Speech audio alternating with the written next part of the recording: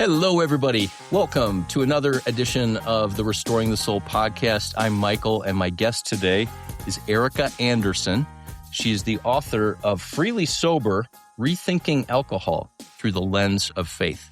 And I couldn't think of a more important, maybe more pressing issue right now in light of a lot of the counseling work that I do. So, Ericka, welcome to the podcast. Thank you so much for having me on. Thanks so much for writing this book. It's really thoughtful. It's filled with grace. And I think the word that stuck out more than anything else is invitation. It was an invitation to engage with the process of reflection. If you don't mind, I'd like to read the opening paragraph to your book because I think it sets the stage for how this book got written. Would that be okay? Yes.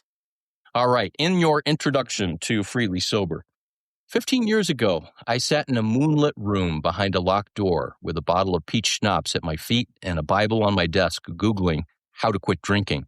It felt like watching an X-rated movie in secret or hoping a doorbell-ringing visitor wouldn't see I was home. Great words, so vivid. What's the story behind that for you? Yeah, I think as I wrote that, I was really trying to be vivid, and I was just like, what was it really like? And I thought back to one of those nights where I was Googling, and I think the Google, am I an alcoholic? Do I have a drinking problem? How do I moderate drinking? I think that's something many, many people can resonate with, a lot of people that are currently sober or sober curious, because you want to have some kind of definition. You want to have some kind of black and white understanding of what's going on and what's happening within you. And do you really have a problem? And you want someone to tell you, no, really, you want someone to tell you, no, you don't have a problem. But I think if you're Googling that, at that point, you probably do have somewhat of an issue. But that was after many years of having an unhealthy relationship with alcohol. It's sort of one of the many phases that I sort of label myself in. Started drinking when I was in high school and just never had a healthy relationship with alcohol. Like it was always sort of going in a destructive direction, whether it was binge drinking in college or within young professionalism, to drinking wine every single night as a mom with young kids. And so it had its many iterations, but all of them were pretty negative, pretty destructive for my body, heart, and soul. But as a Christian and as a person who was always a churchgoer, I really compartmentalized that part of myself and sort of, here's everyday life me that everyone sees. And then over here is this sort of addiction problem that I'm dealing with on the side that no one really knows about or is privy to besides me, but all the while it's sort of eating away at my heart and soul, and I'm not able to grow as a person, as a Christian, and really do the things that ultimately God has called me to do until the point where I was able to quit drinking, and that was a little over 5 years ago, and have now sort of been on a mission to reach people that were like me, believers, who don't feel like they had a lot of resources specifically aimed at them in the sobriety world. Yeah, because it feels like you are an alcoholic or an addict, and you're in that category, and then you have to get treatment, which is often in the extreme form inpatient treatment or go to Alcoholics Anonymous or a 12-step group. And although those are helpful, that dichotomy or lack of a broader range of options is actually not helpful to people. Talk about that. Yeah, I think labels are a huge deterrent for people from ever getting help, or, because so much of a quote drinking problem is really on a spectrum. You could have more of a dependency issue where you're using it unhealthily and in sort of a specific time frame or a specific reason, or you could be all the way to the kind of person that is drinking every day and feels like they can't stop. But because we have these labels of alcoholic or addict, people don't want to put those labels on themselves. They don't, going to AA is very intimidating. I know that's always the answer, but to go show up at a place that you've never been and find a secret room with a bunch of strangers that you don't know, and just be there, like that is something that I wasn't going to do back then. It took me a really long time to ever go to a meeting. And so I think we have to have these in-between beginner steps to take for those that aren't going to do that. Because if the only step is go to an AA meeting, like there are people that are never going to do that and never going to get help. And so I think having books, having other groups, having communities and just sort of mediums where people can just begin to have these conversations is really important. Otherwise, we're going to leave people out that feel like they just don't have the courage or they don't have what it takes to step into that. Put a theological word on what you just said, and that is incarnational. I'll just stop there. Yes. I was going to put ITY on the end of that, but I don't think I can pronounce that. That would be long. Yeah, but so what you're describing is people need to be met where they are. And one of the things I see in the story of the scriptures with God putting on skin and coming among us is that he meets us where we are. And and too often in our circles of faith and church, etc., we're trying to preach to people for where they should be and not where they are. And that's one of the things I love about your book as well. It's like, here's this invitation to look at where you are.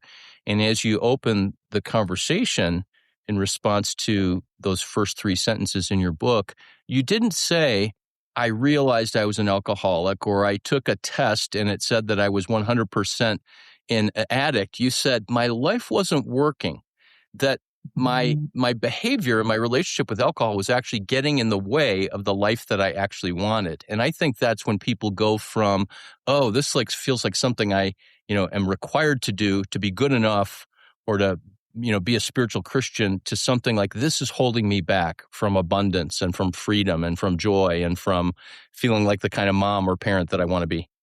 Yeah, no, I mean, that's the whole reason I titled the book Freely Sober, which could be taken 2 ways. I mean, a lot of people have taken it to mean like you're free when you're sober, which is true. But Freely Sober really I'm intending to convey the fact that we can choose this freely without feeling compelled, without feeling like this is something we must do as Christians or we must do as the kind of person that we want to be necessarily. It's a choice that we can make as educated people that have really kind of explored what the problem is with drinking in our lives. Not just that it's bad and that's the end of the story, but why is it bad and what is it keeping us from, and what myths do we believe about it? Are we kind of living our lives according to lies that we think about alcohol? And if you don't investigate some of the things that you think and the experiences that you've had, you might just keep on going on without realizing that there are things you can do to empower yourself to step out of that if you think this is going to be a better thing for my life. And I think people are afraid to investigate that sometimes. They're afraid what the answer is going to be.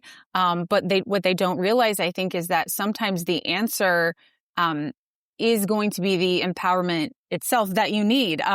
It's going to draw you closer to God. You're going to get what you need out of that exploration, but you can't figure that out unless you actually take the journey to do so. Yeah, yeah. In my counseling work, I've seen since just at the beginning of the pandemic, just an explosion in the amount of believers that are drinking to excess. And what I mean by that is to a point where they regret their behavior and they're questioning it. And then I've also seen, probably post-pandemic or maybe in the middle of it, this movement of people that are looking at the health reasons, not addiction per se, and that it's fundamentally problematic. But more and more Christians I'm hearing refer to, alcohol as poison and toxic and things like that. This brings up the issue, that I've been a Christian for 40 years and this debate has been around, should Christians even drink? And that's the name of one of your chapters. Yeah. So let's not spend a lot of time on this because, if it was resolved by now, we're not going to resolve it in 5 minutes. But how do you address that? The idea of, well, I'm a Christian, should I even drink? Yeah, I think in that chapter, I go kind of a little bit into a history lesson of what alcohol was in biblical times and what it is today, which was a little different. Some of the alcohol back then was much less potent. Sometimes it wasn't potent at all.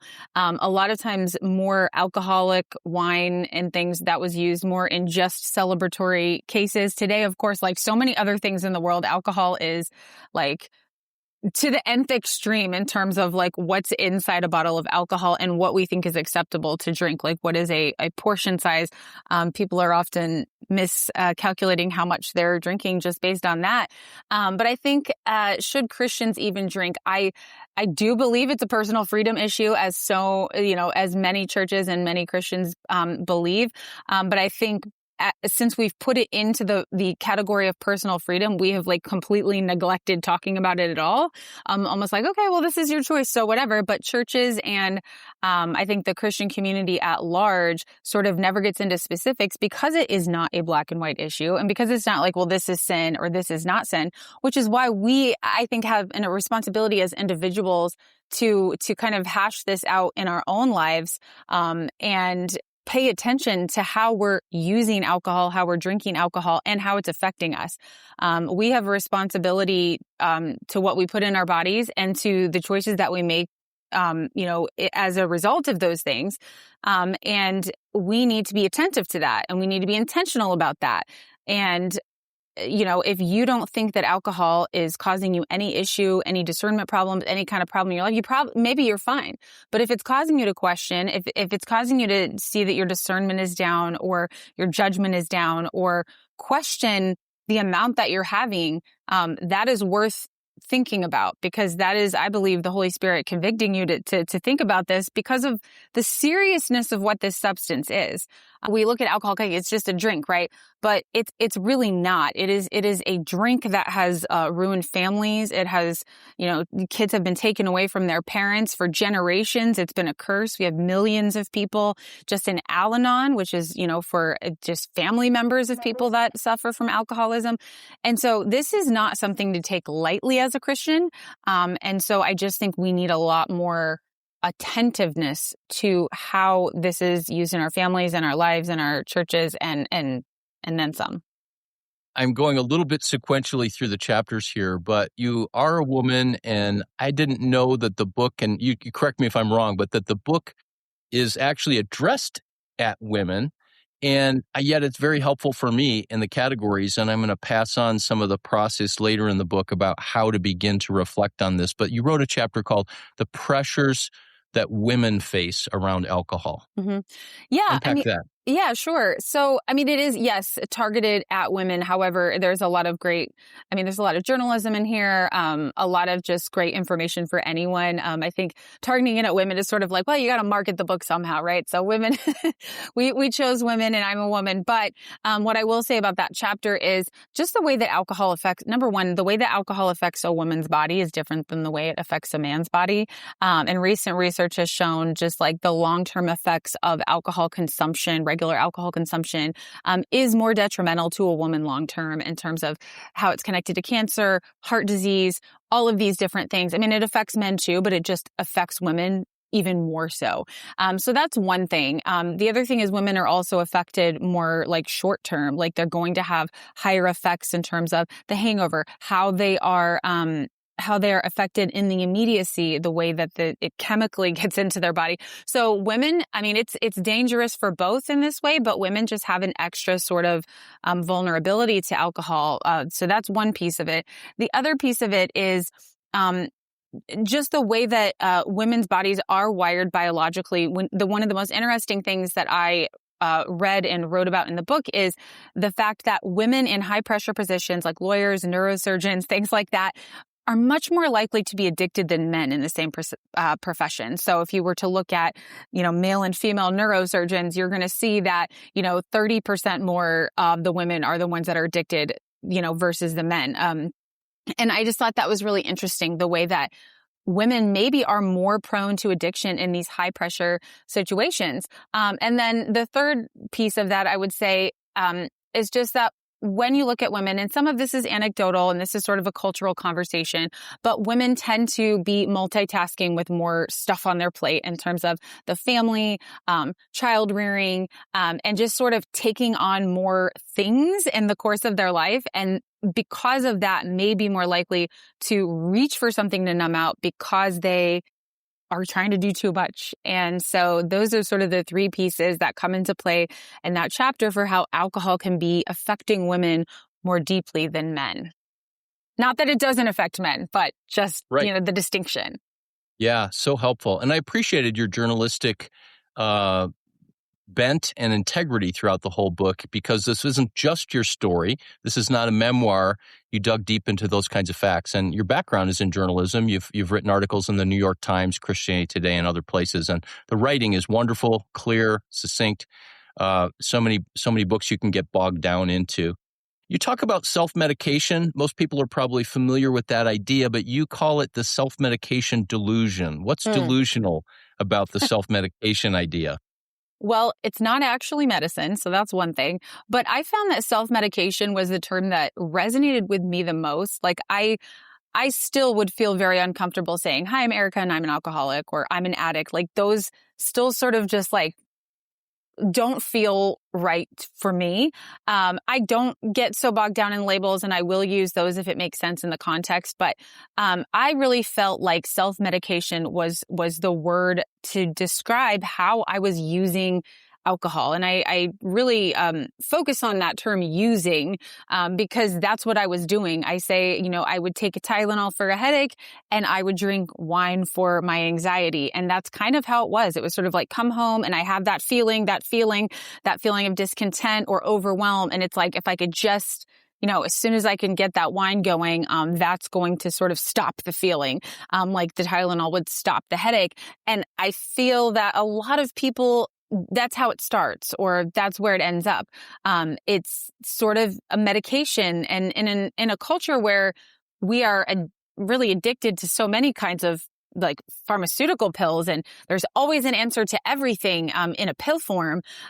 It makes sense that people would be using alcohol in that way. It doesn't even seem wrong. It's sort of, and we're even told to do that. We're even told to go home and relax with a glass of wine. I've even been told by a doctor who didn't realize I had an issue, but was just trying to be kind, like, hey, maybe just like go home and have a glass of wine. It's like, that's not the answer. That is a recipe for training yourself to turn to something that is going to mess up the neural pathways in your brain, to where you need more next time, and to where that's the only thing that sort of gets you to the point that you want to be. And it just begins to distort the way God made our bodies to naturally heal and to naturally find sort of solutions to these problems. And not only that, to like maybe put something down, or maybe, you are on a path doing something that you're not supposed to be doing, but you're using the wine to numb out and not really recognizing the signals that something needs to change. Stay with us. We'll be right back. What if healing didn't have to take years? Hey friends, it's Michael. At Restoring the Soul, we guide men, women, and couples through intensive counseling that brings deep transformation, often in just a few weeks. And our mission is fueled by generous people like you. Now you can become a monthly partner by setting up a recurring donation of any amount. If you give $20 or more on a monthly basis, I'll send you a signed copy of my book, Sacred Attachment. To set up a monthly gift, visit restoringthesoul.com and click donate.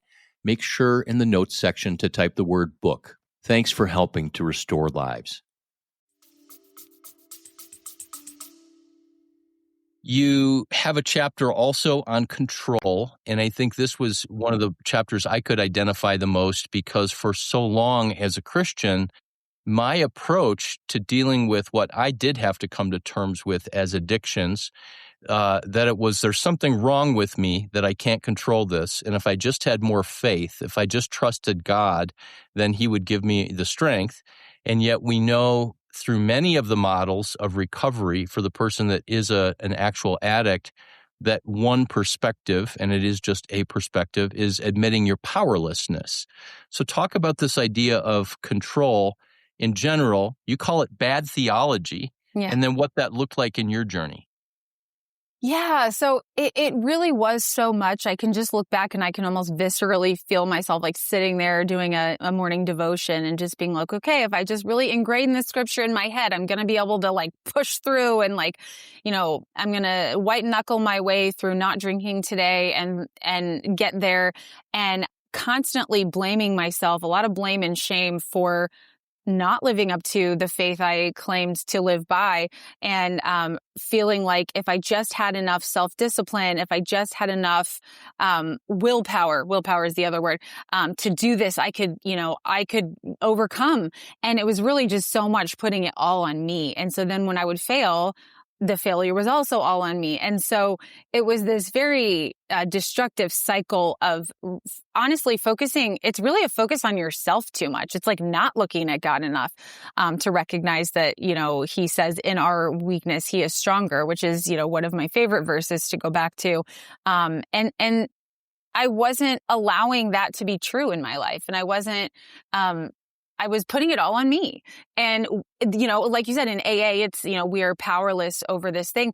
And there's a reason that that's the first step, because you have to recognize that, which is really hard because you want to control everything. Like as human beings, like we just are like, well, here are the 10 ways that I do this and I'm going to check this off. And then the next thing, but we can't do it. And we do have to allow God to step in. And that's not a cut and dry thing to know how to do, but it requires sort of like a mental shift of stepping back. And I even say like symbolically or actually getting on your knees and like lifting your hands up and just being like, I can't do this anymore. And it reminds me so much of how, we often talk about how Christians in persecuted nations or Christians who live in extreme poverty are like so faithful and so close to God in a way that we aren't here in America. And it's because many times it's because like what other choice do they have but to believe that God is going to be there and rescue them. And that's kind of the position we have to take, like at the end of our rope here when we can't do it on our own. Like there's nothing left. And I don't know why we wait till the end to do that. But ultimately you get there, and ultimately I got there, and I now am much more able to more healthily think about not only this, but, other things that I struggle with in life. And so we have to recognize that it's we're fallen humans, and we need God. I will, on this podcast, frequently quote Dr. Gerald May, the late psychiatrist who was also a spiritual director. He ran the Shalem Institute in Maryland for a number of years. He wrote a book, among many, called Addiction and Grace, and he lists 5 characteristics of addiction. This was not per se a clinical description of addiction, but he said that the chief characteristic of addiction is self-deception. So what's the role of this idea of self-deception, which the scriptures talk a lot about, right? Don't be deceived. Don't be deceived. We hear that in 1 John. We see that in James chapter 1. And how do we utilize God and community to break through self-deception, this idea that we can't really see what we need to see? Yeah, well, I mean, I think if you are locked in your own mind and you are not sharing your struggles with anyone, like that really is like a toxic thing, like you're seeing things through your own prism over and over and over again, and they're never seen clearly as they would be, were they talked through with someone else, or sort of like if you were looking at someone else's problems, like you don't see your own problems in the same way.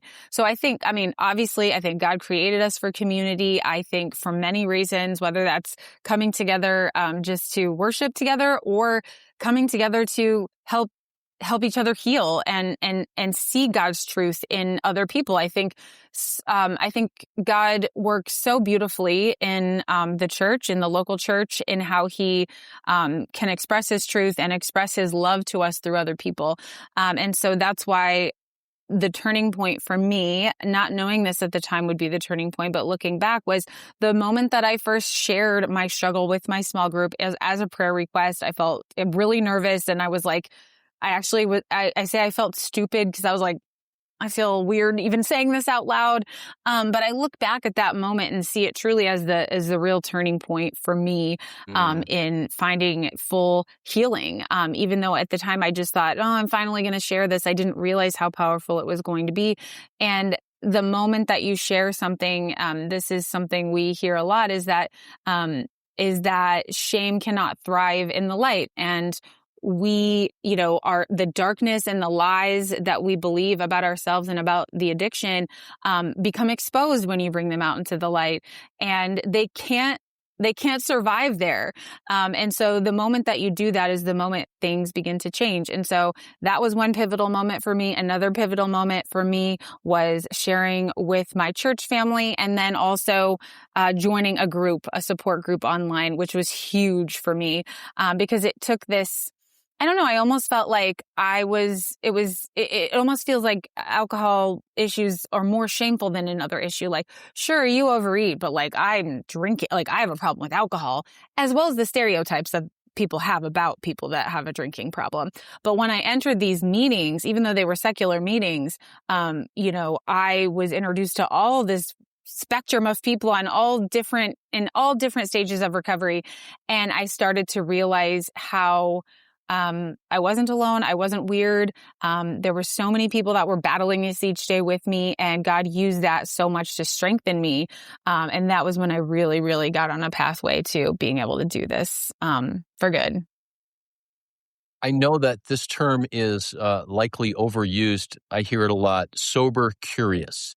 So for somebody who is sober curious, for whatever reason, whether it's that it's holding them back or whether they just think there may be health issues or their friends are getting sober, what would you say are the first steps? Because there's a lot of online resources. And in the back of your book, I loved how you had all kinds of books, Annie Grace, who I'm familiar with, and other people that have written about their journey.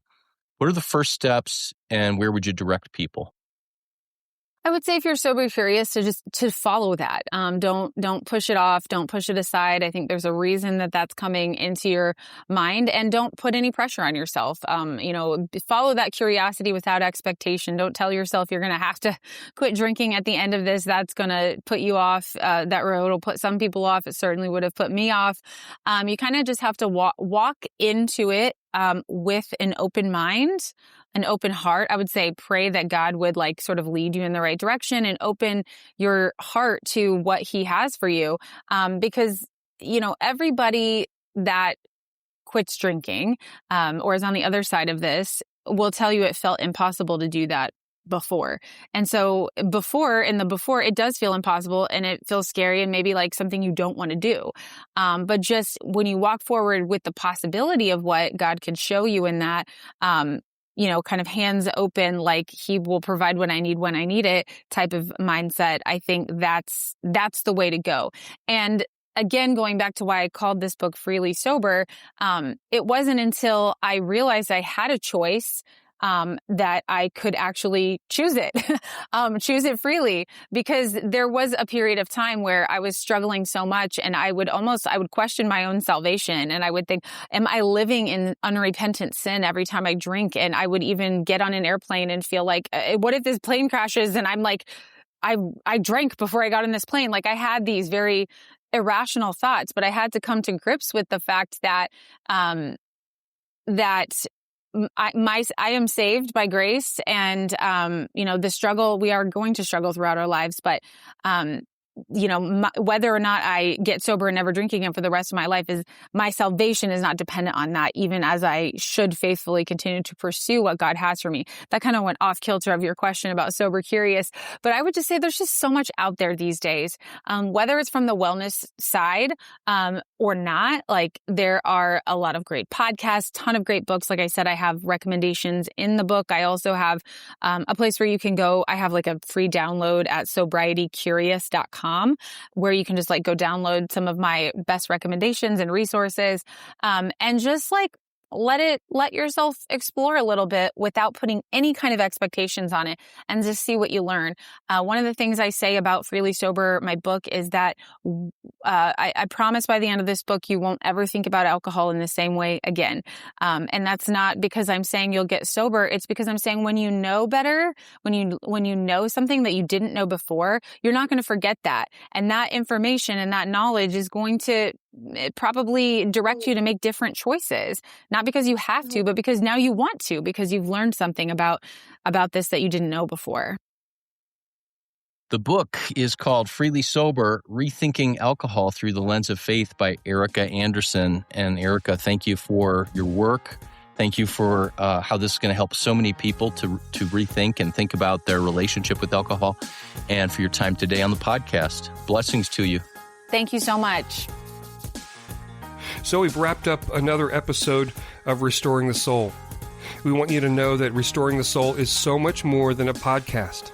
In fact, the heart of what we have done for nearly 20 years is intensive counseling. When you can't wait months or years to get out of the rut you're in, our intensive counseling programs in Colorado allow you to experience deep change in half-day blocks over 2 weeks. To learn more, visit restoringthesoul.com. That's restoringthesoul.com.